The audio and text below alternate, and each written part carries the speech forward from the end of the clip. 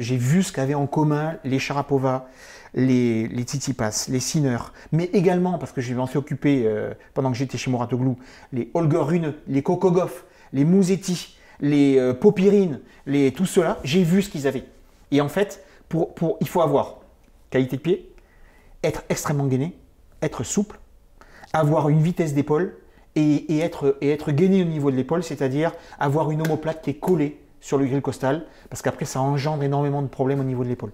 Si on a ça, avec les qualités, je dirais, physiques classiques, eh ben déjà l'avenir, on peut le voir de façon optimiste. Salut à tous, le face-à-face du jour, c'est avec Jérôme Bianchi qui est avec nous. C'est un ancien joueur de rugby, kiné aujourd'hui et responsable du Centre national d'entraînement de la Fédération française de tennis. Bref, c'est lui qui gère tous les pros du tennis français, autant dire que... Et les jeunes. Et les jeunes. Bonjour à tous. Voilà, le face-à-face, on va parler bien sûr de ton parcours qui est atypique, parce que tu as été un très grand joueur de rugby et aujourd'hui tu es une référence dans ce monde du tennis. On va en parler bien sûr sur l'évolution du sport. Bon, vous restez avec nous parce que l'entretien, vous connaissez le principe, c'est un entretien où on prend le temps de discuter. Et puis bien sûr, vous vous abonnez à la chaîne et vous nous suivez sur les réseaux, notamment avec les liens qui sont cliquables sous la vidéo. One, two, trio. Clap. Avec Jérôme Bianchi, donc kiné, on va dire de l'équipe de France de Coupe Davis, du Centre national d'entraînement de tennis, qui connaît le haut niveau, on va en parler, qui est surtout un ancien joueur de rugby que tous les plus de 20 ans ou 30 ans peuvent connaître. Allez, le principe est simple, Jérôme. On va prendre le temps de discuter et parfois, on va s'arrêter avec des petits questionnaires un peu rapides auxquels on répondra comme ça spontanément. D'abord, est-ce que tu peux te présenter en quelques mots ? Oui, quelqu'un de passionné et surtout de sport depuis mon plus jeune âge.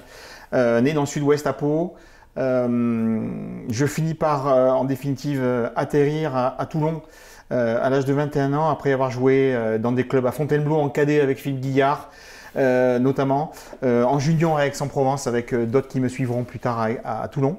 Et ma carrière principale, je l'ai faite à Toulon où avec Daniel Herrero et des joueurs comme Jérôme Gallion, Éric Champ, Jean-Charles Orseau, Eric Melville, Manu Diaz, enfin bon.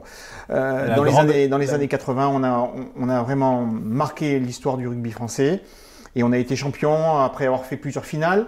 On a été champion en 87. Et ensuite, j'ai fini ma carrière en 94-95. Et en parallèle, puisque à l'époque, on n'était pas pro, eh bien, en tant que kinésithérapeute, où j'ai été diplômé à Marseille en 84, eh bien, j'ai donc participé en tant que kinésithérapeute à la première finale de Coupe Davis en 91, gagnée à Lyon depuis les Mousquetaires des années 30. Donc voilà, c'était je dirais un chemin parallèle à ce moment-là, et puis maintenant un vrai trait d'union entre le rugby et le tennis, et puis le haut niveau qui a été le fil conducteur de ma vie. Ouais, le fil rouge de ta vie de sportif et aussi de kiné. Cette vie de kiné, elle va vivre aussi un moment important, c'est en 2024 les Jeux voilà, qui vont avoir lieu à Paris, à Roland-Garros, chez vous à la maison. Donc on va commencer par un petit questionnaire un peu pour s'échauffer, là, avec un questionnaire olympique, je l'ai appelé comme ça, questionnaire JO. Si tu devais choisir une discipline olympique. L'athlétisme, parce que pour moi, c'est quand même la discipline reine des Jeux Olympiques et notamment le 100 mètres et toutes les courses de sprint. Moi qui joue arrière, c'est vrai que j'ai toujours été plus attiré par toutes les courses de sprint, le 100 mètres, 110 mètres haies, etc., 200. Donc c'est ça qui me plaisait. Un souvenir de JO? Pour moi, c'est Guy de Ruth en 76. Pareil, seulement les plus vieux pourront connaître, donc il a été médaillé d'or au 110 mètres haies et c'est mon premier vrai souvenir de médaille d'or, en tout cas française. Voilà, et il demande si c'est lui à la fin. Exact, et il se demande, oui. Exactement. C'est une image assez forte. Assez forte. 13-24, il me semble, de mémoire. Oui, quelque chose comme ça. Mais bon, parce qu'on s'en souvient quand même. Un champion que tu distingues dans ce sport olympique? Pour moi, le premier de ma génération qui m'a marqué quand j'étais jeune, c'est Carl Lewis, puisqu'il a quand même gagné 4 médailles d'or en une seule Olympiade, 100, 200, longueur et 4 x 100, il me semble. Et donc, c'était pour les mêmes raisons athlétiques, et puis moi qui aime qui aime comment dire, la cinétique, le mouvement. C'était un athlète fabuleux, des grands compas. Mais maintenant, ça pourrait être Usain Bolt sans problème. Voilà. Et c'est vrai que depuis Usain Bolt, on a du mal à retenir le nom. Moi, je me suis posé la question le jour, on a du mal à retenir le nom des stars du 100 mètres. C'est exact. Ouais, je suis d'accord. Il y en a tellement qui ont marqué, notamment Usain Bolt, c'est vrai que c'est difficile. Et Carl Lewis en était un également. Un moment dont tu es le seul à avoir le souvenir. C'est un moment privilégié parce que j'ai vécu quand même la finale de Amélie Mauresmo contre Justine Hénin en 2004 à Athènes. Et donc j'étais le kiné de l'équipe de France à l'époque. Et donc on était très peu à être resté jusqu'au bout avec Amélie. Et elle fait médaille d'argent. Et ce moment très particulier, c'est quand après avoir été médaillée et reçu la médaille, elle est dans le couloir, un petit peu effondrée quand même, elle pleurait quand même évidemment parce qu'elle aurait bien aimé gagner l'or. Mais c'était un moment très très très unique et très très intime dont je me rappelle vraiment que c'était très fort. Voilà. Ouais, c'est marrant parce que moi j'étais pitch reporter, j'ai recueilli la réaction. Médaille d'argent d'Amélie Mauresmo en 2004. Ouais. Une remise de médaille qui t'a ému? Je trouve que la médaille des joueurs de handball, je trouve que c'est très fort. La première en 2008 à Pékin? Exactement. Celle-là, elle a été très forte. Et moi qui viens d'un sport co, et de les voir, parce que le handball quand même c'est de plus en plus physique, et à cette époque-là c'était déjà les premiers qui avaient développé ce côté-là vraiment physique. Donc je me rappelle vraiment, ça m'avait beaucoup ému. Un commentaire télé ou radio d'un moment qui t'a marqué? Alors moi c'est pas les JO, mais c'est pour mon sport quand j'étais petit, c'est Roger Coudert. Roger Coudert qui m'a marqué parce que tous les tournois à l'époque des 5 Nations, je les regardais quand j'étais petit à la maison ou avec des copains. Et donc aller les petits, pour moi c'est resté. Et quand j'ai vu que dans le Parc des Princes ils avaient marqué ça dans le couloir qui va vers le terrain, je trouve que c'était un joli clin d'œil. Voilà. Ouais, allez les petits, effectivement, Roger Coudert, un on va dire des précurseurs. Des précurseurs du journalisme ça sportif. C'est clair. Les JO, tu les as vécus dans un groupe, donc tu le disais, 2004 Athènes. Est-ce que tu en as revécu d'autres? Oui, j'en ai revécu. J'ai revécu avec Stefanos Tsitsipas, avec les Grecs. D'accord. Et donc c'était très particulier aussi, mais très sympa, dans une autre ambiance, puisqu'en fait la Grèce n'est pas un pays aussi important que la France en termes de nombre d'athlètes. Mais avec Stefanos, il y avait une bonne atmosphère, c'était sympa. Et puis bon, j'ai été accueilli à bras ouverts comme quoi. Et je me rappelle d'une autre anecdote évidemment, parce que le sport et notamment l'olympisme, ça rassemble le monde avec toutes ces différences qu'il peut y avoir. Et juste noter quand même que qu'en 72, j'avais vécu aussi, c'était pas un très bon souvenir, l'épisode de Munich qui avait été tragique. Donc voilà, pour dire que ça peut être en général la fête, mais que de temps en temps ça dérape. Voilà. Voilà, toi, tu l'avais vécu comme un spectateur. Comme spectateur. Ouais, j'avais 11 ans. J'avais 11 ans, mais je m'en rappelle encore comme c'était hier, parce que c'est quand même quelque chose qui arrive et qui ne devrait pas arriver dans ce type d'épreuve, dans ce type de manifestation, quoi. Voilà. Ouais. Donc ça m'avait marqué. À la télé, ces Jeux de Munich et qui ont où un commando avait attaqué le bâtiment israélien. Le bâtiment israélien et tué des athlètes. Exact. Ça avait été effectivement un épisode sanglant. Pourquoi tu es allé vers le rugby, toi, jeune? Qu'est-ce qui t'a mené vers ça? C'est le fait que tu étais à Sud-Ouest d'abord. Ouais. Après, j'ai mon oncle qui a joué à la section dans les années 60. Section paloise, donc à Pau. Ouais. Et du côté de ma mère, je m'appelle Latapi. Donc c'est quand même bien béarnais. Et donc depuis tout petit, je me rappelle avoir eu un ballon dans les mains et ma mère nous a poussés évidemment puisque son frère jouait. Et donc le rugby faisait partie de tous les sports que j'ai pratiqués parce qu'en fait j'adorais tous les sports. Et jusqu'à l'âge de 17 ans, je faisais également du tennis. J'ai failli en faire ma profession comme coach de tennis. Je travaillais au club Pierre Barthès dans les fin années 70. Et en fait, lors d'un match de rugby que je faisais avec Aix-en-Provence, qui était à l'époque en 3e division, je me flingue une cheville et je découvre le métier de kiné et c'est parti de là. Voilà, j'ai fait kiné et le rugby que j'ai mené. Et après, j'ai une petite anecdote qui est très rigolote parce que Ringeval, qui était entraîneur de Montferrand, m'appelle. M'appelle, il me dit voilà, on t'a repéré sur les matchs de 3e division et on voudrait que tu remplaces droite court à l'arrière. J'ai dit mais non, je suis pas arrière, je suis demi d'ouverture. Et donc, dans mon idée, je suis parti jouer à Toulon pour jouer avec mon idole Jérôme Gallion, et j'ai fini quand même à l'arrière. Voilà. Mais le tennis, t'étais classé combien là J'étais 4-6. 4-6. Ouais. Donc 4-6 à 17 ans, c'était pas mal à l'époque. Ouais, c'était pas mal, mais bon, pas assez pour aller au plus haut niveau. Et quand j'ai vu que je pouvais peut-être accéder en première division au rugby, je me suis lancé à fond là-dedans. D'accord. Voilà. La double passion, elle est née comment en fait, La double passion à Fontainebleau, j'habitais Fontainebleau et donc je faisais je pense que, et c'est pas exagéré, hein, mais je pense le mardi soir du handball, le mercredi je joue au foot, le jeudi du tennis, le samedi du rugby, et puis en fait j'ai eu le choix de plein de sports et je me suis focalisé sur 2, particulièrement le tennis et le rugby. Voilà, tu n'étais pas pro, mais tu avais un régime finalement j'adorais quasiment quotidien. Ah ouais, avec moi la j'adorais le curiosité. sport. J'adorais le sport. Et le jeu. Donc le tournant, c'est d'aller à Toulon. Oui. C'est un vrai choix de vie, un vrai changement. Vrai choix. Surtout qu'il y avait beaucoup de cultures très différentes d'un club à l'autre, d'une région à l'autre. Et Toulon, ce n'était pas non plus le club le plus réputé pour son jeu de Non, c'est trois clair. quarts. Mais Aix-en-Provence, Toulon, c'était pas loin. Jérôme Gallion, numéro 9, meilleur joueur du monde. De France aussi, joueur d'équipe de France. Souvent un peu mis sur la touche en équipe de France, mais qui était un joueur tout à exceptionnel. fait. Mais bon, et moi, numéro 10, fraîchement senior, et donc je suis parti à Toulon. Donc j'ai commencé en équipe B, et puis au bout de 3 mois, j'ai joué en équipe première, et puis après, voilà, l'histoire c'est écrite. Voilà, et tu es resté quoi, une dizaine d'années à Toulon? Oui, je suis resté 10 ans, un peu plus de 10 ans à Toulon. J'ai fait un intermède de 2 ans à Nîmes et je suis reparti à Toulon pour finir en 94, 95. Voilà. Avec un entraîneur à l'époque qui était atypique. Ah oui. Daniel Herrero, qu'on connaît, le grand public connaît parce qu'il a un bandeau, une barbe de pâtre grec, voilà, avec lequel moi j'officie sur Sud Radio où on commente les matchs.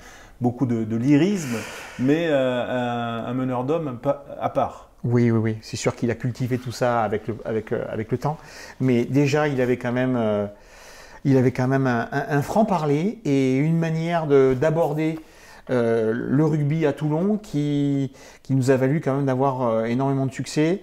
Il était aidé aussi parce que ça a été un des premiers, hein, et ça je tiens à le mettre en avant par Marcel Ruffo, qui est médecin et qui est pédopsychiatre, et qui l'a beaucoup aidé pour justement commencer à cette époque-là déjà à manager les hommes un par un et ensuite en groupe, en essayant de tirer et de savoir quels étaient les paramètres et les vecteurs sur lesquels il pouvait appuyer pour justement sublimer chacun dans son rôle et dans le groupe. Marcel Ruffo est devenu un pédopsychiatre, on va dire, très renommé, voilà.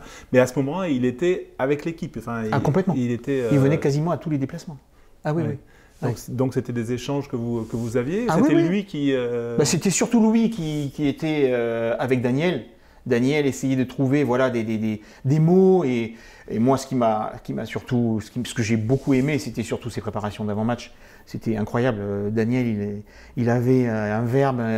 Maintenant on voit ce que ça donne maintenant, mais je veux dire à cette époque-là c'était pour nous, dans les vestiaires et juste avant le dernier peut-être briefing en sortant du resto, de l'hôtel là où on était au Vert. Et c'était fabuleux. Moi, chaque fois, pas que moi, on sortait tous avec vraiment gonflé à bloc et puis avec la larme à l'œil. Il avait trouvé à chaque fois un mot pour l'un ou pour l'autre. C'était un tour de rôle, mais c'était fantastique. Ouais.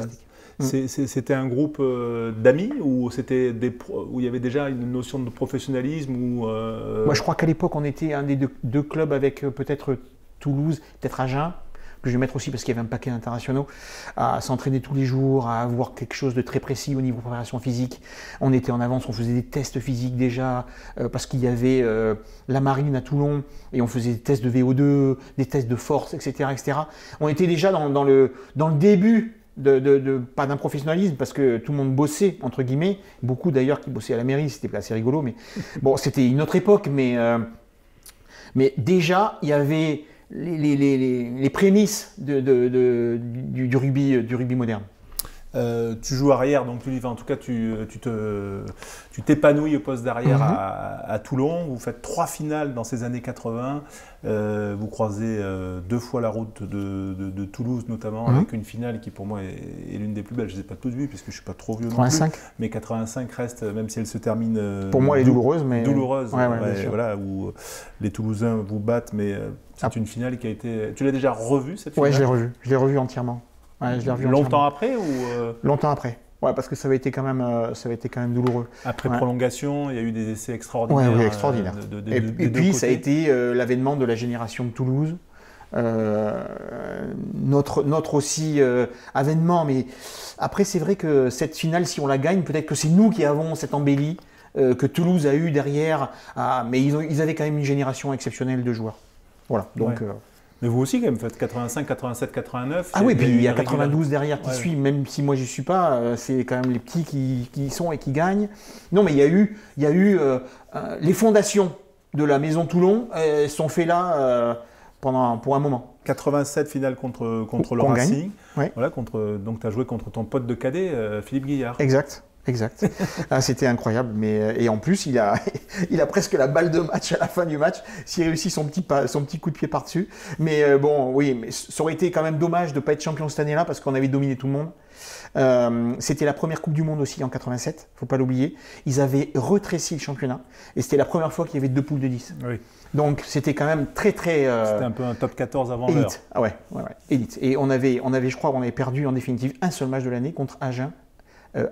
Il me semble. Qu'est-ce que tu retiens toi de ta performance? Parce que finalement, de ta carrière, si tu devais caractériser ton style d'arrière.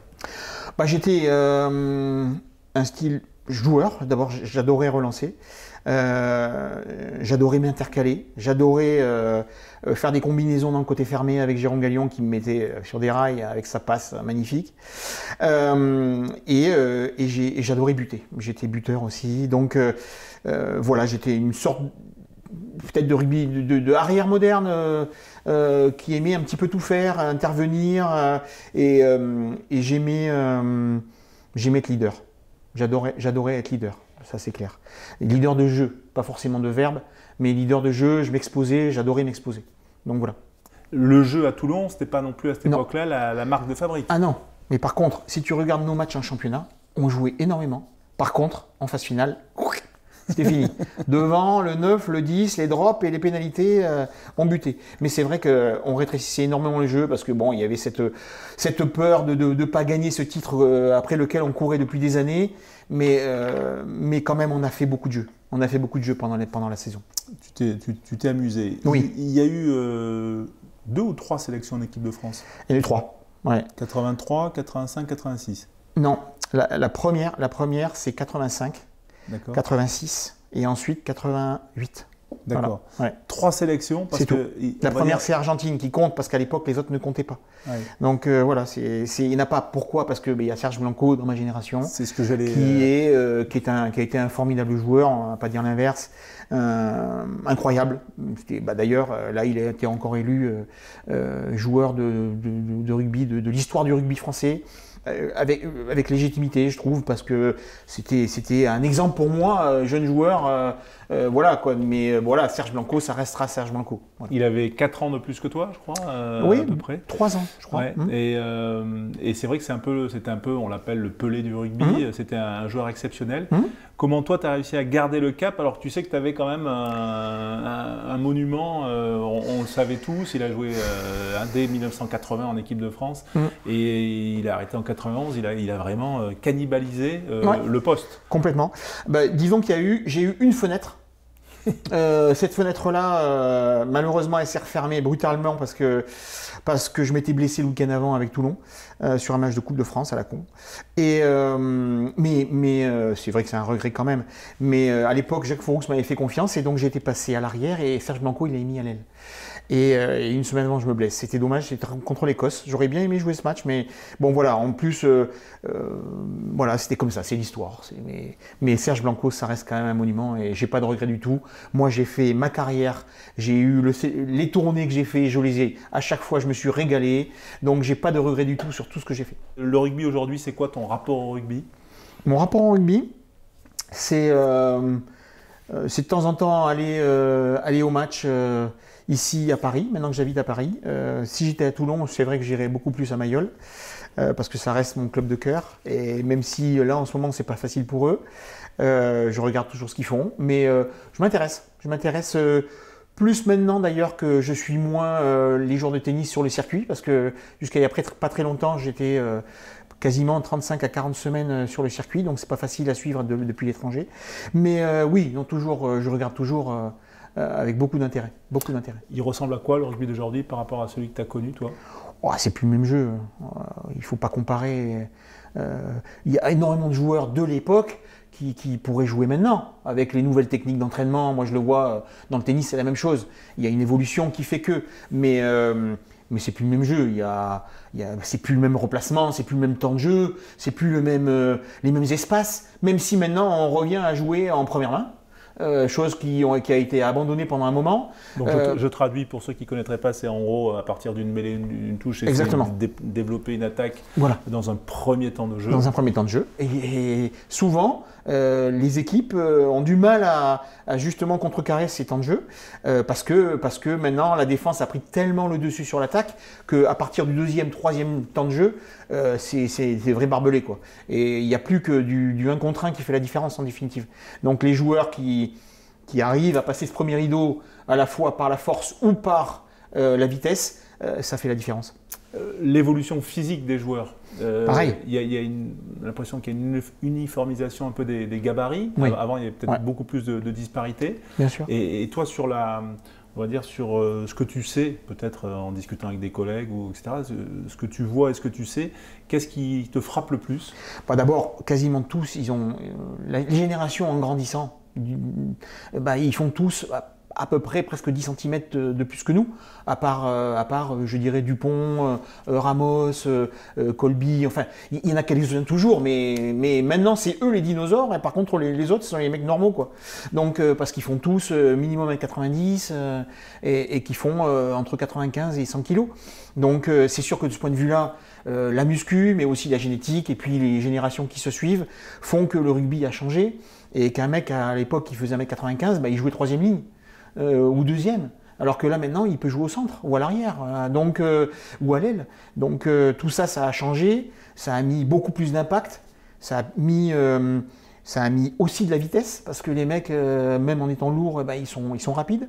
Après ça amène peut-être un jeu où, moi je le vois parce que c'est rigolo, les commentateurs sportifs ils s'extasent devant un cadrage débordement, alors qu'avant il y en avait tout le temps, alors que là maintenant ils ont plus tendance à aller péter droit, les mecs, à aller courir droit et défier. Donc quand il y a un cadrage débord, les mecs, un cadrage débord, ah ouais c'est fantastique, mais à l'époque il y en avait 50 par match, parce qu'on jouait comme ça. Donc c'est différent, mais après moi le rugby, je dis pas que je l'aime plus maintenant qu'avant, parce qu'il y a énormément quand même de frontal. Mais malgré tout, il y a toujours des choses qui surprennent. Est-ce qu'il y a un gabarit ou un joueur dont le physique t'impressionne, on va dire rien qu'en observateur, par justement la combinaison de toutes ces qualités dont tu parles? Oui, bien sûr. Le jeune Bielbarré, pour moi, c'est quand même là parmi les derniers que je pourrais citer. Il y a 20 ans, et il joue à l'Union Bordeaux-Bègles et en équipe de France. Et en équipe de France à l'aile. Franchement, il a des qualités de dextérité, de vitesse, qui sont très intéressantes, mais également en 3e ligne, un gars comme Olivon. Mais pour moi, celui qui m'impressionne le plus, c'est Flamand. Flamand, je le trouve d'une intelligence rare, de qualité physique incroyable, de qualité de jeu incroyable. Pour moi, c'est un joueur qui a manqué à l'équipe de France là depuis sa blessure, et je trouve qu'il amène vraiment une dimension supplémentaire. Moi, j'adore ce joueur. 2,03 m, 115 kg à peu près, une mobilité de troisième ligne, et un gabarit de deuxième ligne, et surtout une belle intelligence de jeu. Et toi, en termes de performance physique, qu'est-ce que tu vois de ces matchs quand tu observes un peu de façon isolée? C'est cette capacité, je dirais, à être vite et fort à la fois. C'était pas donné à tout le monde à l'époque. Les avants, ils étaient forts, mais ils n'étaient pas forcément très rapides. Les trois quarts, ils étaient légers, ils étaient rapides. Là maintenant, il y a l'accumulation des deux qualités physiques qui fait que c'est ça qui me paraît incroyable avec cette vitesse de jeu, cette vitesse d'exécution, et puis malgré tout des joueurs comme Dupont qui arrivent à sortir leur épingle du jeu avec des gabarits qui sont différents, mais avec des qualités qui sont incroyables. Voilà, quoi. Dupont à 7, tu as joué à 7 quoi. Ouais, j'ai joué à 7, j'ai joué à Hong Kong. À l'époque, les Barbarians, c'était la seule équipe française qui allait faire les tournois à 7. Et pour te dire, encore à 7, on amenait des talonneurs ou piliers, quoi. Il y avait Dubroca qui était venu avec nous. Dubroca, c'était un joueur qui jouait première ligne en équipe de France, soit pilier, soit talonneur, dans les années 80, et qui était très mobile. Mais il n'y en avait pas beaucoup. Après, tout le reste, c'était soit les troisième lignes, soit des trois quarts en définitive. Ça reste un effort particulier. Ah oui, et l'adaptation de Dupont du 7 au 15, du 15 au 7, là, elle est... Ah bah oui. Moi, c'est impressionnant, mais surtout, ça prouve quand même qu'au 15, c'est quand même très intense d'un point de vue cardio. Alors après, il y a des spécificités du 7, et donc cette adaptation, elle est pas... Tout le monde ne va pas pouvoir franchir le cap, notamment beaucoup d'avant, je dirais. Mais par contre, Dupont, pour lui, il s'est adapté, et je trouve qu'ils ont été très intelligents de le faire graduellement, en lui donnant de plus en plus de temps de jeu, et on voit, de par sa qualité, je dirais, rugbystique et humaine, il fait l'unanimité. Ouais. Les champions souvent sont bons, quelle que soit la discipline. Tiens, on va faire un questionnaire avec 2 disciplines, rugby et tennis. Je vais te donner un nom de joueur de rugby et on va se transposer au tennis. Tiens, le joueur de rugby actuel ou passé qui aurait performé au tennis? Justement, Biel Barré. Pour moi, c'est celui qui est à la fois athlétique, pas trop lourd, et qui est grand. Et donc, il pourrait s'apparenter à un gars comme Tsitsipas, tu vois, dans ce calibre-là. Le joueur de rugby qui aurait un énorme service? Alors, je pense Flamand. De sa taille, 2,03 m, il pourrait faire partie comme Isner, des gros serveurs du circuit. Le joueur de rugby qui serait imprenable au filet? Alors, de par son envergure et ses qualités athlétiques, je mettrais peut-être Olivon. Oui, c'est vrai, très, très adroit. Ouais, très peut-être adroit. Alexandre Roumat, qui est un joueur de pelote. J'y ai pensé aussi, mais voilà. Le fils de la Roume. Exact. Le joueur de rugby qui serait un peu infatigable en fond de cours, un peu un crocodile. Alors, c'est peut-être pas lui faire un compliment. Un compliment, mais je trouve que Dupont, de par sa pugnacité, et je me rappelle ce plaquage-là qu'il a fait à 2 mètres de la ligne en prenant Mackensen contre l'Irlande. Le 3 carrel et en le faisant reculer comme un lutteur. Ouais. Je trouve que cette pugnacité va bien avec un gars qui pourrait courir pendant des heures sans rater une balle et en gagnant le point à la fin. Le manager de rugby qui aurait pu coacher un tennisman ou une tenniswoman? Je pense que Daniel Herrero aurait pu le faire. Franchement, oui. De par sa connaissance de l'humain et puis sa connaissance technique. Après, voilà, c'est parce que je l'ai beaucoup connu que j'en parle, quoi. Ah ouais. Mais les joueurs de tennis, ils ont besoin de ça, même quand ils sont toutes les semaines sur le circuit, tu disais 40 semaines par an, ils ont besoin quand même d'avoir un match, d'avoir une sorte de mobilisation psychologique, de la motivation. Quand même, oui. Alors, ça ne relève pas que de la motivation, parce qu'il y a énormément de phases de jeu qui se préparent, notamment parce qu'on sait les qualités de son futur adversaire. Donc, on travaille quelques trucs tactiques, techniques, pour justement le gêner un peu plus, et pour que le joueur, lui, soit plus dans ses positions où il va pouvoir utiliser ses armes.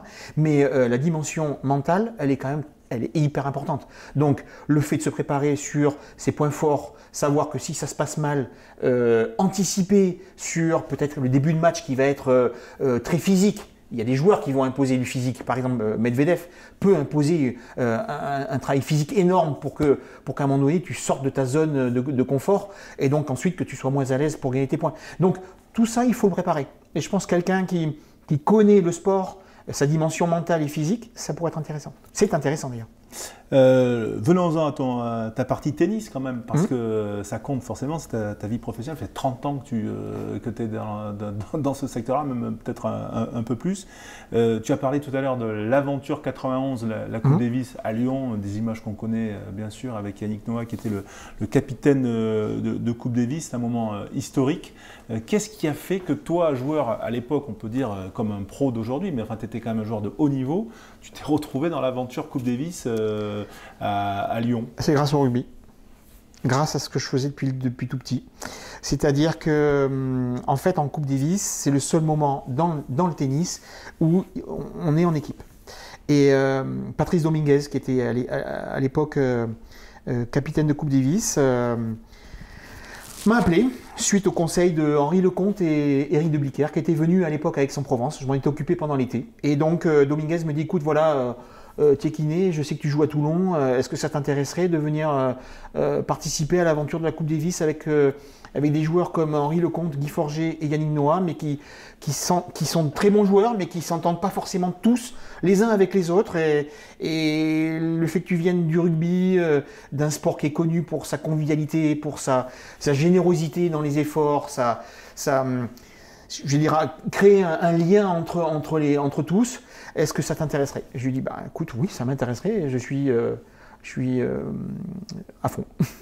Voilà, à fond. J'ai fait un stage avec eux à Biarritz, terre de rugby, pendant l'hiver, et je suis parti. Premier match de Coupe Davis, c'était en Australie. J'ai fait l'Open d'Australie et derrière, on a attaqué la Coupe Davis contre l'Australie en 90. Donc à ce moment-là, tu es joueur? Oui, à ce moment-là, je suis joueur. Ben oui, mais... Donc tu prends une semaine je prends même plus, je suis parti 3 semaines. Mais à l'époque, on n'était pas pro. Et qu'est-ce qu'il dit, Daniel? Daniel, il m'a dit, écoute, c'est un peu compliqué, mais de toute façon... à l'époque... cher. Oui. C'est sûr que c'était quand même particulier parce que...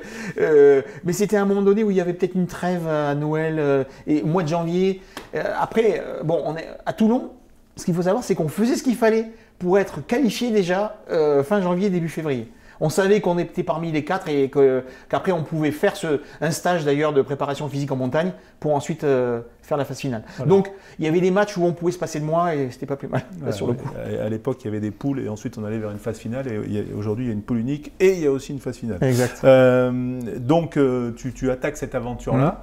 Et tu tombes aussi dans un sport, enfin tu découvres tous les codes du sport que tu connais, mais aussi c'est un sport individuel qui doit à un moment se comporter en équipe. Qu'est-ce que toi, quels ont été tes inputs dans ce... La première chose que j'ai fait, je me rappelle, parce que j'ai encore la photo, j'ai offert un maillot de rugby à chacun des membres de l'équipe. Et ensuite, Yannick et Patrice m'avaient demandé d'organiser quelques séances physiques collectives. Et donc, on a fait, je me rappelle, parce qu'elle est épique celle-là, sous la flotte, mais alors il pleuvait à Perth. On se fait une séance physique autour du terrain, comme sur un terrain de rugby en définitive, puisque c'était un genre de terrain, un terrain en herbe. Et on fait une séance de physique pour créer une cohésion, un peu où on se rentre dedans. Et donc voilà, j'ai fait ça et c'est bien passé, on a passé du bon temps, on a fini en faisant un petit foot et on s'est régalé et voilà, et la sauce a prise et voilà. Mais du coup là, on va dire c'est au-delà de ton boulot de kiné, c'est un peu préparateur physique là. Oui, mais à l'époque il n'y avait pas de préparateur physique. Il faut savoir que j'étais le seul kiné, donc je me frappais en gros 5 heures de massage tous les soirs. Il y a eu un deuxième kiné seulement 3-4 ans plus tard. Et donc en 91, il y a juste un médecin et moi, et le kiné, c'est tout. Il n'y avait pas de préparateur physique. Il y en a eu un en 91 parce que Yannick a demandé à... allez, maintenant c'est lui qui s'occupait des perchistes. Jean-Claude Perrin, qui est venu pour cette finale. Et derrière, après, ça a été mis en place par la Fédé. Parce qu'à l'époque, le physique, les entraîneurs tennis, ils le faisaient sur le terrain. Et donc, c'était surtout ça. Il n'y avait pas de travail spécifique qui est devenu après indispensable par la suite. Oui, comment ça a évolué justement Là, justement, À l'époque, moi je me rappelle être allé dans des vestiaires à Wimbledon dans les années 80, tu voyais les joueurs qui étaient solides du bas, mais alors en haut ils étaient comme ça quoi, ils n'étaient pas du tout musclés, ils n'étaient pas préparés, c'était pas des athlètes, ils jouaient avec leur technique. John McEnroe c'était pas particulièrement un athlète. Le premier athlète ça a été Björn Borg, parce qu'il a commencé à travailler sur tous les paramètres qui faisaient la performance, c'est-à-dire la diététique, la préparation physique, le technique, le mental, etc. Ensuite, le premier vrai athlète sur le circuit, ça a été Yannick. Yannick, il a amené une dimension physique, parce que quand on voit Wilander, contre qui il fait la finale, tu vois pas un gars comme maintenant il peut y en avoir sur le circuit. Et donc ce travail est tout doucement passé de rien à énormément. Maintenant, le travail physique, il prend une place énorme sur la préparation physique, les joueurs de tennis. On a vu le rugby qui a beaucoup évolué, tu as dû le suivre, Ouais. même si tu n'es pas intervenu dans un club professionnellement, mais tu as dû le suivre. Est-ce que le tennis a évolué autant ou c'est le rugby, si on devait faire un parallèle, qui a été plus novateur Le rugby a été, je pense, oui, plus novateur, oui, sur beaucoup de points de vue, avec énormément de data, avec énormément. Au tennis, c'était pas aussi pointu au départ. On essayait surtout de développer un petit peu des qualités physiques de manière à être beaucoup plus gainé, à être peut-être plus explosif au niveau des cannes, de la pliométrie, des choses comme ça. Et après, sur toute la partie cardiovasculaire. Mais c'était moins pointu qu'au niveau du rugby où on a besoin d'avoir une carapace sur tout le corps, quoi. Le tennis, ça l'est moins. Par contre, la préparation physique avec la kinésithérapie a été très important pour justement tout le travail préventif. Parce qu'en jouant toutes les semaines et tous les jours, je dirais, parce qu'on peut jouer tous les jours si on fait partie des 10 meilleurs mondiaux, on peut faire demi ou finale de chaque tournoi. Là, ça devient très très dur parce qu'il faut récupérer les matchs de la veille et performer le lendemain. Chose qu'il n'y a pas au rugby puisqu'il y a un match par semaine en gros, mais il n'y a pas les chocs. Voilà. La différence, c'est les chocs. Revenons à ton parcours quand même. Donc il y a l'aventure Coupe Davis qui te lance un peu dans le milieu. Tu arrêtes ta carrière, on va dire en gros au milieu des années 90, et tu te consacres ensuite au tennis. Comment ça devient ton métier? Alors, c'est marrant parce que j'ai pris un peu le temps j'ai fait un stop du tennis de 94 à 2000. C'est au moment où j'ai eu mes enfants, au moment où je voulais me consacrer un peu à la fin de ma carrière de rugby. Et j'ai repris le tennis en 2000 quand Guy Forger me rappelle. Et à ce moment-là, j'ai été en charge des équipes de France féminines et masculines. Et on gagne avec les garçons à nouveau en 2001 et en 2003 avec les filles. En 2001 en Australie, non? Oui. D'accord. Ouais. Mais c'est uniquement, entre guillemets, sur la Coupe Davis, ou alors tu arrives quand sur le circuit où là, carrément, je ne travaille qu'avec des joueurs en one-to-one. Ouais. C'est à partir vraiment de 2011. D'accord. Ouais. 2000. Il n'y a pas si longtemps que ça. D'accord. Ouais. Avant, je l'ai fait ponctuellement avec Henri Lecomte, avec Guy Forger. Mais à l'époque, la fédération ne détachait pas quelqu'un sur le plan individuel. Voilà. Quand on faisait partie de l'équipe de France de Coupe Davis ou de Fed Cup. Ils ne voulaient pas qu'on cumule les deux, pour pas qu'il y ait de jalousie entre les joueurs. D'accord. Voilà. Donc, à partir de 2010-2011, j'ai commencé à travailler en one-to-one, mais surtout avec des étrangers. D'accord. Avec. J'ai commencé avec Kuznetsova, ensuite Zvonareva. Donc Kuznetsova qui avait gagné Paris, Zvonareva qui était 2, Kuznetsova avait été 3. Et ensuite, le plus gros, ça a été Maria Sharapova, qui a été numéro 2, numéro 1 mondial, avec qui on a gagné Roland Garros. Ensuite, il y a eu Stefanos Tsitsipas, avec un petit intermède Wawrinka, et puis Sinner, juste avant que je n'arrive à la Fédé. Quand tu suis Maria Sharapova, comment ça se passe? Dans le sens que c'est elle qui vient te voir, vous vous croisez dans les lounges de... Voilà, comment elle sait que tu es un bon kiné et pourquoi pas elle va pas chercher un Slovène Alors, ce qui se passe, c'est que il y a une petite confrérie des kinésithérapeutes sur le circuit et je connaissais un petit peu tous les kinés et comme j'étais... Et je pense être actuellement le plus ancien sur le circuit, avec peut-être le kiné de de Rude. J'ai vu qu'il était toujours là. Toujours est-il que bon, on parlait et puis un jour il vient me dire bah, écoute, moi j'arrête avec Maria, est-ce que ça t'intéresserait? Je lui dis bah écoute, là je suis en pourparlers avec la Fédé pour travailler à la Fédé. C'était déjà en 2013. Mais ça s'est pas fait. Et donc du coup, bah, j'ai accepté de travailler avec Maria. J'ai fait une semaine d'essai avec elle, parce que quand même, comme pour tous, ils ont besoin de savoir comment on est, à la fois humainement et je dirais professionnellement. Et voilà comment ça s'est passé. Après la semaine, elle m'a dit, écoute, si ton truc à la Fédé ne marche pas, moi je te prends. D'accord. Et c'est parti comme ça. Et donc quand tu es kiné d'une athlète comme ça à 100%, oui. Donc c'est elle qui te rémunère? Complètement. Et c'est à la semaine, au mois comment... J'étais payé, j'avais un forfait à l'année, divisé par le nombre de mois. D'accord. Et donc en fait, après, j'avais mes vacances en même temps que les siennes. Quand j'étais le seul à vivre avec elle aux États-Unis, j'ai vécu 4 ans aux États-Unis. Son entraîneur, lui, rentrait en Allemagne, ainsi que son sparring. Son préparateur physique, lui, était de Floride. On se retrouvait tous ensuite pour des semaines à Los Angeles, là où elle habitait. Mais j'étais le seul à être avec elle en permanence. Voilà. C'est une aventure, quand incroyable. On compare par rapport à ce que tu as vécu en équipe à Toulon, enfin oui. Voilà, comment tu le décris et quelle comparaison on peut faire? C'était une équipe, on était une équipe avec elle. C'était incroyable. J'ai jamais connu ça avec un autre joueur. Peut-être si j'avais continué avec Sinner, peut-être là encore, parce qu'il y avait vraiment des mecs super bien humainement. Un peu plus compliqué avec Stefanos pour d'autres raisons. Mais Maria, notre équipe était connue sur le circuit comme étant la United Nation Team. Parce qu'il y avait un Français, quelqu'un d'origine japonaise, un Hollandais et un Allemand. Et en fait, on était hyper serré et tout le monde disait ouais, c'est la meilleure équipe qu'il y a autour d'une joueuse à l'époque. Voilà. Donc un joueur aujourd'hui de très haut niveau qui fait partie du top 10 ou une joueuse, elle a un entraîneur technique, oui. un kiné, un préparateur physique et un agent.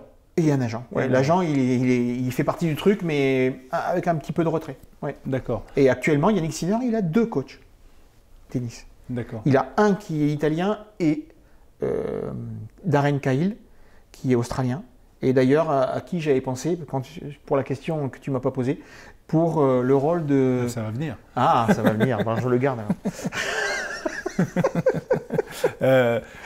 Quand tu es avec Maria Sharapova, tu vas sur chaque tournoi. Oui. Donc il y a quoi? Il y a des protocoles oui. ou en fait c'est juste de la gestion. Non. Il y avait des protocoles notamment sur elle, parce que quand je commence avec elle, elle avait fait forfait à l'US Open à cause de son épaule. Et elle subit une deuxième arthroscopie au niveau de l'épaule fin septembre, début octobre. Et moi, j'attaque, c'était novembre. Et je me rappelle, son père était plus dans le staff, mais il était là derrière elle, évidemment. Et donc, j'ai un contact vidéo avec elle et lui en me disant, voilà, écoute, Jérôme, tu arrives, il va falloir trouver d'autres façons de travailler avec Maria parce que son problème d'épaule persiste. Donc, il va falloir que tu sois... Je ne sais pas comment tu vas travailler, mais il va falloir qu'on trouve des solutions. Et donc, ma première partie a été de la prendre en charge et faire du travail, je dirais, de fond, spécifiquement pour cette épaule, de gainage et de pied, parce qu'en fait, elle était assez grande, elle faisait 1m88.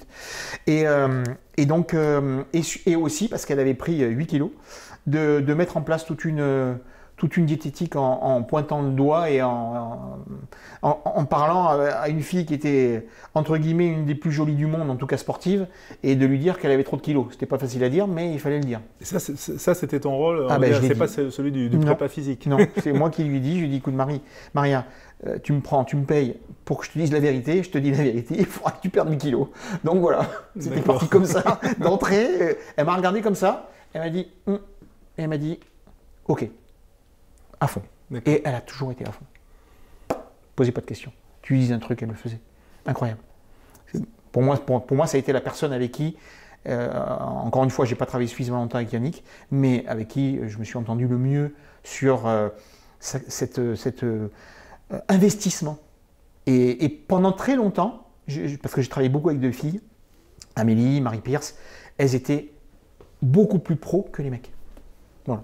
Ça, c'est ma petite parenthèse. Qu'est-ce qui a évolué le plus dans la traumatologie des tennismen et des tenniswomen depuis... Là, actuellement, il y a un gros souci sur le circuit à cause des balles.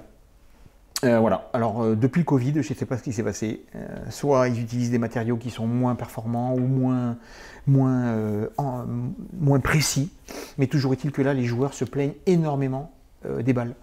Donc ça crée quoi, des tennis elbow, des tendinites, des douleurs qui avaient disparu. C'est-à-dire des douleurs d'épaule, de poignets surtout et de coudes à l'intérieur, qui avaient disparu et qui maintenant réapparaissent. Voilà. Il y a eu toute une période où ça a été, quand la technique a changé avec les appuis ouverts, les hanches. Maintenant, beaucoup moins. Maintenant, c'est surtout le membre supérieur à cause des balles. Quand tu dis la technique a changé, tu le situes quand, ça, l'appui ouvert? L'appui ouvert, ça a été, je dirais vraiment, début des années 2000, oui, vraiment début des années 2000, quand le tennis a changé avec Kuerten, avec tous les joueurs qui commençaient à courir latéralement, à ouvrir, appui ouvert complètement, et il y a eu pas mal de pathologies sur les hanches, et depuis, ça joue quasiment que comme ça, quoi. L'appui ouvert, c'est pour gagner du temps. En fait. C'est pour gagner du temps, et parce que le tennis a changé, il y a énormément de jeux latéral, alors qu'avant, il y avait beaucoup plus de joueurs qui allaient vers l'avant. Les Edberg, les Becker, dans toutes les années 90, qu'est-ce qu'il y a, Sampras, évidemment. Mais les premiers qui ont commencé avec les appuis ouverts, c'était Agassi, Courir, Kuerten, tous ces joueurs-là qui ont imposé en fait le jeu de la baseline, quoi, de la ligne de fond, et qui est maintenant le plus gros je dirais, du tennis. Et maintenant, on demande, pour passer ce cap supplémentaire, d'aller vers l'avant. Parce que c'est comme ça qu'on arrive à finir les points, parce que sinon c'est compliqué. Pourquoi les filles ne vont pas au filet, pour vous très peu? Alors ça, je pense que c'est plutôt une façon de s'entraîner, que vraiment un manque, je dirais, de capacité à jouer au filet. Même s'il va y avoir un côté, je dirais, dynamique, élastique, qui fait que, bon, il y a toujours un petit décalage avec les hommes, quoi qu'il arrive, dans la réactivité, dans la force aussi. La balle, elle arrive avec la moitié de la distance aussi, donc la qualité de force au niveau du poignet, etc., etc. Donc il y a un petit peu de qualité physique mêlée à je dirais, une façon de s'entraîner qui fait que on se rassure en étant très fort depuis la ligne de fond et en mettant de la pression. Et ça, c'est quelque chose que j'ai remarqué. Les mecs étaient beaucoup moins forts en retour avant que les filles. Maintenant, ça commence à rattraper. Et les meilleurs joueurs au monde maintenant, ce sont des très bons relanceurs. Parce que le service est tellement puissant et important que quand on arrive à retourner quasiment tous les services, tu prends tout de suite un ascendant. Yannick Sinner, Alcaraz, Djoko, Murray, etc., etc. Nadal. Ouais. Sur la prépa physique, qu'est-ce qui a changé entre le moment où tu as débuté et puis là aujourd'hui? Il y a le staff, on a compris, mais sur les exercices, par exemple, si on fait un parallèle avec le rugby, à ton époque, que j'ai connu aussi, on avait tous des grosses VMA, et aujourd'hui, ils n'ont pas forcément de grosses VMA. C'est plus ciblé. C'est très ciblé. Voilà. Est-ce qu'il y a des mouvements comme ça, des tendances qui se sont opérées sur le tennis? Oui, c'est sûr. C'est sûr qu'il y a des tendances. Là, actuellement, il y a énormément de travail. Alors, pour ce que j'ai vu avec ceux avec lesquels j'ai travaillé, sur la pliométrie, sur cette qualité de pied. La qualité de pied est hyper importante parce que, évidemment, tout va plus vite. Donc, avec un pied qui est hypotonique, la réaction est moins bonne et donc on est moins à même de soit se tourner, se décaler, soit aller de droite et de gauche, soit ne pas être pris par un contre-pied. Donc, la qualité de pied, c'est énorme. Ensuite, et comment on le travaille alors? Comment on le travaille? C'est essentiellement avec poids de corps, essentiellement sur des exercices de pliométrie, essentiellement sur du travail, je dirais, presque de travail de haie, de travail de bondissement. Et puis maintenant, il y a des appareils qui sont arrivés sur le tennis qui sont très intéressants. C'est tout le travail avec des poulies excentriques. Donc le travail négatif. Parce qu'on s'aperçoit qu'en fait, à l'inverse de énormément de sports, notamment le rugby, il y a très peu de travail négatif au niveau du rugby. Il y a un travail d'appui fort sur des changements de rythme. Mais par contre, au tennis, quand on arrive à pleine vitesse, sur la jambe extérieure, qu'on doit prendre appui sur cette jambe, frapper et repartir, tout le travail de pliométrie qui pourrait s'apparenter à des skieurs est hyper important. Et donc en fait, ces poulies aident à travailler ce renforcement excentrique qui est vraiment très spécifique au tennis. Très spécifique. Tu avais un deuxième point, mais je t'ai coupé. Le deuxième point, c'est évidemment le relâchement au niveau du haut du corps. Donc en fait, on n'est plus dans l'hypermusculation au niveau du haut du corps, mais plutôt la fluidité et le travail en puissance, puisqu'on sait que la puissance, c'est à peu près à 50% de sa force max. Donc développer cette puissance, c'est hyper important. Les jeunes, ils commencent à partir de quand là tu t'occupes des jeunes ici au CNE, tout ce disons, moi, ça fait 1 an que je travaille maintenant. On essaye d'imposer des vues sur ce qu'il faut avoir pour être au haut niveau. Et moi, il y a des choses, et ça je l'ai vu avec ces dernières années, parce que j'ai vu ce qu'avaient en commun les Sharapova, les Tsitsipas, les Sinner, mais également, parce que je m'en suis occupé pendant que j'étais chez Mouratoglou, les Holger Rune, les Coco Gauff, les Musetti, les Popirine, tout cela, j'ai vu ce qu'ils avaient. Et en fait, il faut avoir qualité de pied, être extrêmement gainé, être souple, avoir une vitesse d'épaule et être gainé au niveau de l'épaule, c'est-à-dire avoir une omoplate qui est collée sur le grille costal, parce qu'après ça engendre énormément de problèmes au niveau de l'épaule. Si on a ça, avec les qualités, je dirais, physiques classiques, eh ben déjà l'avenir, on peut le voir de façon optimiste. Tout ça, on pourra en parler des heures. Là, sur Tsitsipas, tu disais c'est dans le cadre de la collaboration entre Tsitsipas et Mouratoglou. Ce qui est intéressant, c'est le rapport aussi dans le squad. Là, il y a la préparation physique, le prépa physique, l'entraîneur. Et quand l'entraîneur est le père, comment le kiné arrive à s'interposer? T'as toujours le même franc-parler ou Ah non, j'ai gardé le même franc-parler, ça c'est clair. Et d'ailleurs, le préparateur physique, heureusement, était sur la même longueur d'onde que moi. Et je m'entendais super bien avec lui. D'ailleurs, entre parenthèses, c'est vraiment lui qui a façonné Stefanos, qui l'a rendu cet athlète incroyable. Parce qu'il a une qualité de pied pour un mec qui fait quand même 90 kg. C'est monstrueux. Pour moi, c'est le meilleur athlète sur le circuit mondial actuellement. Meilleur qu'Alcaraz. Parce qu'Alcaraz est plus petit, parce qu'Alcaraz n'a pas les mêmes qualités. Mais pour moi, c'est le meilleur athlète, d'ailleurs, tout court avec lequel j'ai travaillé. Pour moi, c'est simple, c'est ça. C'est Stefanos. Après, c'est quoi, par exemple, des petits repères de perf, de vitesse ou il est d'une rapidité sur les appuis, sur 10 mètres, je ne me rappelle plus ce qu'il faisait, ou surtout sur des appuis latéraux, et puis également en explosivité sur de la détente, sur sa qualité élastique au niveau de l'épaule, sur un 400.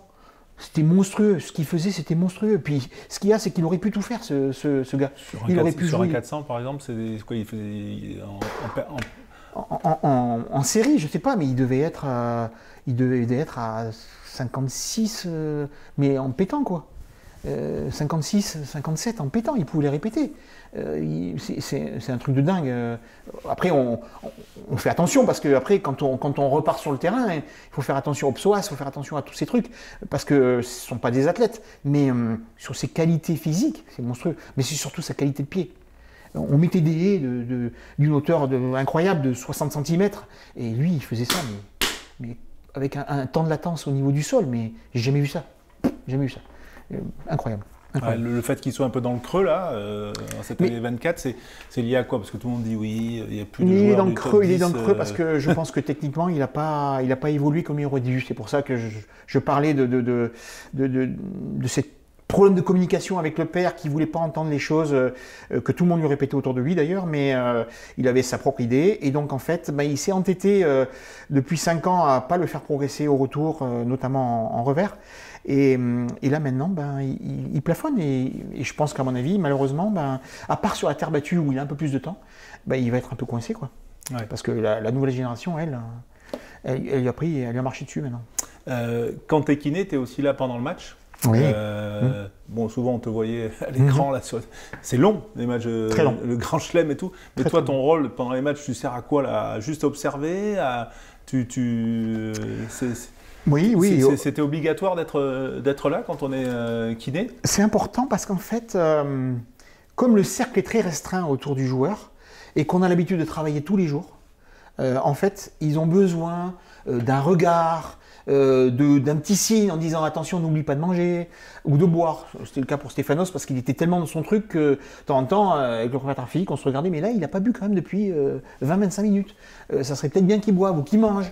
Donc, on lui faisait des signes, on parlait au père pour qu'il se calme, ou la mère qui se calme. Voilà, donc en fait, on a un rôle un petit peu, puis de temps en temps, quand on regarde sur un mouvement, hop, il dit, ah, il y a un petit quelque chose, on essaie de voir pourquoi. Donc non, c'est important. Bon, après, on ne peut pas intervenir, sauf pour la Coupe Davis. Pour la Coupe Davis, on peut intervenir, mais sinon, on ne peut pas. Il y a un développement très fort dans le rugby, on en parlait, qui est la data. Est-ce que la data intervient aussi dans le tennis? J'imagine que oui, mais sous quelle forme? Parce que dans le rugby aujourd'hui, elle sert à organiser les entraînements. C'est-à-dire qu'en fonction de la data, on va faire tel exercice. J'étais hier à l'Union Bordeaux-Bègles, j'ai des exemples assez précis, où en fait, on va dire la data dicte beaucoup de choses sur l'organisation technique des entraînements. Est-ce que c'est pareil au tennis? Pas tout à fait. La data, elle va servir pour donner des repères sur des points clés dans le match. Parce que maintenant, on sait qu'entre deux joueurs presque du même niveau, ça va se jouer sur 4-5 points. Et donc, quand il va y avoir une balle de break sur le service adverse, donc quand nous, on a une balle de break, on va savoir quelle est la zone privilégiée du service dans la zone, dans le carré de droite ou le carré de gauche, à l'avantage ou alors au deuce. Et ça, c'est hyper important parce que le gars, à un moment donné, quand il est dans des difficultés, il va frapper sur sa zone de prédilection. Et donc, tu gagnes 2-3 dixièmes de seconde parce que tu sais que tu plonges là. Et le retour, tout d'un coup, tu prends l'avantage et tu as plus de chances d'avoir la balle de break pour toi et de breaker ton adversaire. Donc ça, c'est l'utilisation, on va dire, tactique de la data. Oui. Et sur l'utilisation physique tu vois, sur la planification, sur les entraînements. Alors sur la planification oui, évidemment, par rapport notamment au nombre de services qui va être fait, mais c'est surtout relié à des pépins physiques, pas tant au niveau cardio. Mais par contre, au niveau physique, on sait que s'il y a un match en 5-7 où on a servi 120, 130 services, ben le lendemain, on va faire tranquille sur les services, quoi. On va pas commencer à se mettre martel en tête à travailler quelque chose au niveau du service. Si, par exemple, il a frappé, je sais pas moi, 75% de coups droits, bon, on va faire un peu attention. On s'en sert pour la récupération et pour axer sur la façon dont on va aborder le prochain match. Le rugby, c'est un petit peu différent parce que on joue pas un match par jour, mais le tennis, oui. Donc voilà, ouais. C'est la différence qui fait que on axe ce travail-là sur ça. On pilote, on ajuste en fonction de. Ouais. On peut raccourcir un entraînement. Mais Federer, de temps en temps, entre deux matchs, il s'entraînait un quart d'heure, 20 minutes. Je l'ai vu de mes propres yeux. Il tapait 15 minutes à 2 à l'heure. Et il était prêt à gagner son match qui avait lieu 2 heures après. Alors que nous, Stéphanos, pour que le père se rassure, avant de jouer la finale contre Djoko, il s'est entraîné 1h35 à bloc. À Roland. Donc c'était une ineptie. Oui, c'est peut-être l'heure qui lui a manqué mais bien sûr, à la fin. Terminer. Mais de toute façon, ça a été évidemment des paramètres de discorde, évidemment, parce que moi, je lui ai dit ça. Même le préparateur physique lui a dit, on a peut-être perdu la finale parce que tu l'as fait taper 1h35 avant. Mais il n'aime pas trop. Mais bon, c'était comme ça. Sur les gabarits quand même, sur l'évolution des gabarits, de plus en plus grands, de plus en plus longs, on pense Medvedev, Zverev, voilà, ça c'est une tendance forte. C'est une tendance forte, je dirais. Alcaraz vient un peu là. Je dirais de par l'évolution de la race humaine, en définitive. Parce qu'avant, des mecs qui étaient grands et qui étaient rapides, il y en avait peu. Maintenant, il y en a de plus en plus. Au basket, au rugby, au tennis, ça suit la même chose. Après, on va toujours retrouver Alcaraz, qui n'est pas si grand que ça, qui fait 1m84-85. Il fait la même taille que Nadal, je pense. Mais il y en aura toujours. Mais malgré tout, un gars qui fait 1m95 et qui arrive à se déplacer comme un gars qui fait 1m80, ça va aider au bout du compte, quoi. Ça va aider, ça c'est sûr. Le physique de Federer, le physique de Nadal, qu'est-ce qui fait, selon toi, physiquement, parce que mentalement on connaît leur force. C'est une dimension encore. Mais toi, sur ce que tu connais d'eux, ce que tu as vu d'eux physiquement, qu'est-ce qui explique leur longévité et puis surtout leur supériorité? Je crois qu'avec Djoko, c'est des extraterrestres. De ce point de vue-là, ils étaient complets. Ils avaient cette capacité à avoir un œil qui voyait plus rapidement peut-être la balle sortir de la raquette. Federer, c'était sa qualité de pied qui faisait qu'on avait l'impression qu'il n'était jamais pris de court. Nadal, c'est la même chose parce qu'il se décalait tout le temps avec son coup droit. Djoko, c'est ses appuis ouverts, ses qualités de souplesse. Et je crois qu'ils ont des qualités différentes, mais par contre qui leur ont servi à mettre en place leur jeu par rapport au jeu qu'ils jouaient. Et c'est peut-être ça qui fait où c'est difficile de tirer une uniformité. Mais maintenant, par contre, on a des joueurs qui commencent à avoir tout. Notamment Sinner, notamment Alcaraz, notamment peut-être le Holger Rune. Tout cela là, ils ont tout.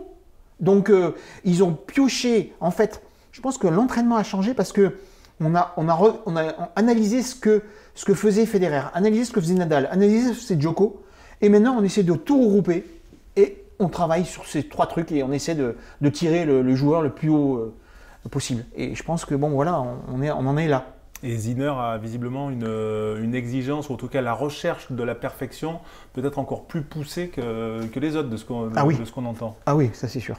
J'ai été 8 mois avec lui. Déjà, il était programmé pour ce qui se passe maintenant. Ça c'est sûr. Il était déjà prêt. Simplement, il ne l'avait pas encore fait. Et il suffisait qu'il le fasse. Et derrière, l'année dernière, ça a été déjà une montée en puissance. La fin d'année a montré qu'il pouvait gagner. Et il s'est rassuré en gagnant contre les joueurs qui n'arrivaient pas à gagner, les Medvedev et Djoko. Il n'arrivait pas. Tout d'un coup, il est arrivé une fois, il est arrivé 2 fois, 3 fois. Et là maintenant, tu as l'impression Alors, il pourra toujours lui arriver une catasse. Mais maintenant, il y a quand même beaucoup de choses qui sont ancrées. Ouais. Physiquement, Alors physiquement, il est incroyable, mais il vient des montagnes, donc je pense qu'il a 3 cœurs, 3 poumons déjà. 3 poumons, c'est sûr. Donc il court partout. Après, il a des qualités d'élasticité qui sont assez incroyables. Mais sinon, il a des grands bras de levier. Donc ça donne énormément de vitesse. Et donc au bout de raquette, on a l'impression que même s'il a des bras qui sont comme des brindilles, qu'il frappe très, très fort. Et il frappe en effet très fort. Mais c'est surtout vitesse, bras de levier. Hein, Allez, un petit questionnaire tennis et rugby. Tiens, j'aurais mes lunettes. J'aurais besoin des miennes. Bon, je vais te donner un nom de tennisman ou cher au tennis, et il y a aussi des filles. Et je vais te demander de les imaginer dans une équipe de rugby, à un poste que tu connais bien ou pas. Donc Alcaraz. Moi, je le mettrais de mid-mêlée. Mid-mêlée pour organiser le jeu. Et j'avais choisi ma charnière. Avec donc demi-mêlée, je mettais Alcaraz et ouverture, je mettais qui j'ai mis. C'était pas facile, hein. Je me suis creusé quand même les méninges. Hein. Ah là là, c'est pas facile tes questions. Donc Sinner, alors tu le mettrais où? Sinner, je le mets 3 carrels parce qu'en fait, c'est pas facile. Hugo Humbert, je le mets 3 carrels aussi. Il y en a certains que je ferais 3e ligne, comme Stefanos. Ouais. Comme mon fils, je peux mettre 3e ligne. 3 quarts centre, Caroline Garcia, je la vois bien, 3 quarts centre chez les filles. Ouais. Swiatek, plutôt pareil à la manœuvre, demi-ouverture ou demi-mêlée. Sabalenka, 3e ligne, elle, ça c'est clair, c'était facile, parce que le gabarit est là. Van Haché, il a 3 poumons, donc il pourrait courir partout, ça pourrait être un 3e ligne gratteur. Je vois bien un 3e ligne gratteur. Medvedev, c'était compliqué parce qu'il n'a pas vraiment un gabarit de 2e ligne, mais bon, il pourrait jouer peut-être 8, à courir un peu partout, infatigable. Voilà quoi. Nadal, talonneur? Nadal, il pourrait avoir le mental, ça c'est sûr, le mental talonneur, mais il peut jouer demi-mêlée également. Voilà. Et un entraîneur de tennis qui performerait dans un... Mais celui auquel je pensais, c'est Darren Cahill, parce qu'il faut savoir qu'il a une tradition de footy, c'est l'Australian Rule. Le football australien. Son père a été professionnel, son père a été, je crois qu'il n'y a pas si longtemps que ça, il a arrêté, président du club et entraîneur du club par le passé, donc à Adélaïde, et lui, il était encore au board de son club, et il a parfaitement, d'ailleurs il se trimballe toujours avec son petit ballon, Les Australiens, il faut savoir qu'ils se trimballent avec leurs petits ballons de footy, des tout petits, et puis ils frappent leurs coups de pied, là maintenant, comme tout le monde frappe des coups de pied maintenant, puisque tout le monde tape sur la pointe. Et puis il n'y a plus de ballon ouvrier, c'est un scandale. Ça a toujours été une curiosité pour les tennismen, ton passé de rugbyman? Ah oui. Davantage quand je jouais, parce que les mecs savaient. Oui. Là, il y a des générations avec lesquelles je travaille, ils ne savent pas. Quand ils découvrent, après, ils sont... Voilà, ils me posent des questions. Ils savent maintenant pourquoi je connais peut-être bien mieux que le sport que certains autres kinés. Voilà. D'accord. Est-ce qu'il y a une association ou peut-être une œuvre que tu voudrais peut-être mettre en avant, quelque chose de caritatif? C'est même ce que j'appelle ma petite minute RSE. Est-ce qu'il y a un petit quelque chose qui... Je sais que Stéphanos, à travers déjà son sponsor et à travers une fondation, fait déjà quelque chose pour la planète. Par contre, je ne me rappelle plus le nom de son association, ça c'est un peu compliqué. Mais c'est quelque chose qui lui tient à cœur, qui vraiment lui tient à cœur. Et c'est essentiellement celle-là pour laquelle je dirais je pousserai. Quand tu n'es plus avec un joueur ou une joueuse qui t'a passé du temps, vous êtes toujours en contact Toujours. Ouais. Toujours. Maria, j'ai vu qu'elle était là pour la Fashion Week, je lui ai envoyé un message, je pensais qu'elle y était encore. Et je lui dis, mais t'es à Paris, ça serait bien qu'on se voit, machin truc et tout. Elle me dit, non, je suis rentré déjà, mais la prochaine fois que je viens à Paris, je t'appelle, on se boit un café. Donc, Stéphanos, ça serait pareil, même si je sais que là, il vit le parfait amour avec Badoza. Donc voilà. La joueuse espagnole. Oui. Bon, qu'est-ce qu'on peut te souhaiter pour 2024 Écoute, il y a plein de choses à souhaiter. D'abord, je trouve qu'il y a un petit renouveau au niveau du tennis français, je trouve. Ça pousse. Les petits jeunes poussent. Ceux qui sont devant jouent bien, les Humbert, les Manarino. Gaël, mon fils, repointe son nez et j'espère qu'il sera qualifiable pour les JO. Il en prend la voie. Arthur Fils, Lucas Van Hache, Gabriel Debru, tout ça, c'est des jeunes vraiment qui poussent. On est un peu moins riche chez les filles, mais malgré tout, Diane Paris a bien joué là à Indian Wells, la petite Clara Burel aussi, et puis avec tous les joueurs qui arrivent des quatre coins du monde et qui sont naturalisés français, on va peut-être y arriver un jour. Voilà. Et peut-être. Et puis les JO. Et bien sûr, les JO qui sont un magnifique objectif pour vous tous. Magnifique. Voilà, qui êtes dans la partie technique ou la partie médicale comme toi. Merci Jérôme d'avoir répondu à toutes ces questions. C'était avec plaisir. C'était un vrai moment de plaisir, de partage. Tu vois, je vais passer demain mon samedi avec ton ancien entraîneur. Tu lui passes le bonjour. Tu lui dis que ça fait plusieurs fois que j'essaie de l'appeler, il ne me répond pas. Voilà. Putain. Merci Jérôme, à bientôt. À bientôt. 1, 2, 1, 2, trio.